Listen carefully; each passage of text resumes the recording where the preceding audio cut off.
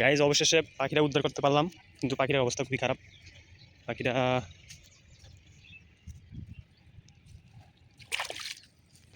একদম খুবই খারাপ অবস্থা পাখিটার। পাখিটা আমি দেখাচ্ছি।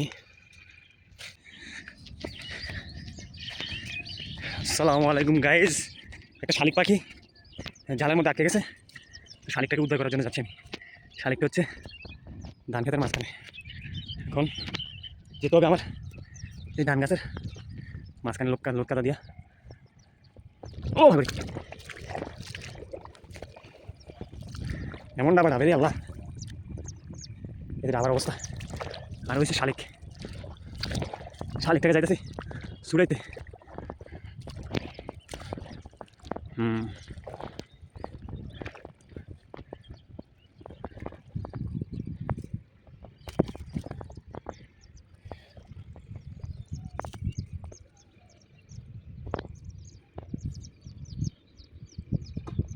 কিন্তু এটার যে পরিস্থিতি, খুবই খারাপ একটা পরিস্থিতি।